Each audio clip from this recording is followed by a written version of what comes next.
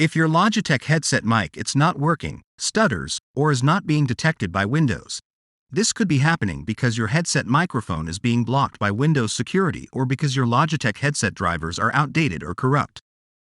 So, in this tutorial we'll teach you how to fix your Logitech headset mic in a quick and easy way. Just follow the instructions of this video. In the first solution, we'll make sure your Logitech mic it's not being blocked by Windows security.